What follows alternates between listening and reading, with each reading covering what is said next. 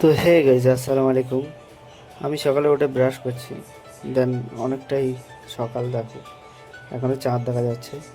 দেন তারপর আমি চলে গেলাম ব্রাশ করে সেহরি করার জন্য।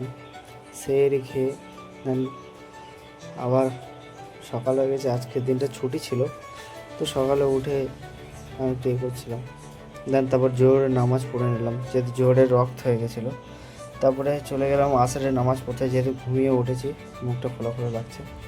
দেন তারপরে আসরের নামাজও পড়ে নিয়েছি। দেন এবারে আমি চলে যাবো ইফতারি কেনার জন্য। তো আমি রেডি হয়ে দেখছি যে ভাই প্রচণ্ড রোদ্দুর আছে, এখনও অনেক টাইম আছে। তো ফাইনালি আমি ইফতারি কিনে রুমে যাওয়ার উদ্দেশ্যে রওনা দিলাম। তো আমার ইফতারি রেডি। তো আমি এবারে ইফতারি করব, যেহেতু সময় হয়ে গেছে।